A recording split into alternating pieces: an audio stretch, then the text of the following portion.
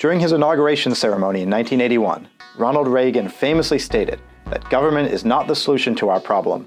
Government is the problem. This line is now regularly used to condemn government involvement in the economy. Yet, few people remember that within 4 years of making this statement, the Reagan administration had taken an 80% ownership stake in one of the largest banks in the country in order to prevent a financial crisis. Fast forward 25 years to 2008, and another Republican president, George W. Bush, went on Fox News to try and justify the massive government economic interventions his administration had just engineered. "I'm a free market guy," he explained, "but I'm not going to let this economy crater in order to preserve the free market system."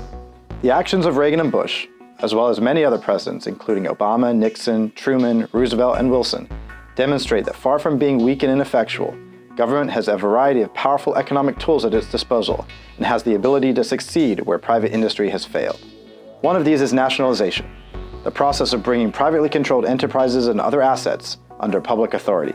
Despite its power, however, activists and policymakers in the US have often been afraid to discuss or even propose nationalization as a policy option.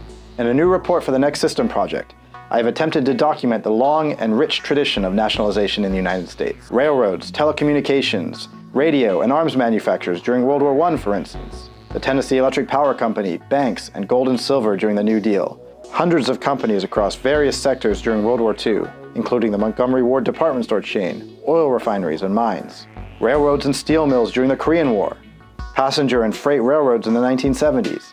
Continental Illinois Bank and the S&L industry in the 1980s, and airline security, banks, and car manufacturers during the 2000s. As we prepare to enter the second decade of the 21st century, we cannot forget our history, nor lose sight of the fact that nationalization has played a major role in it.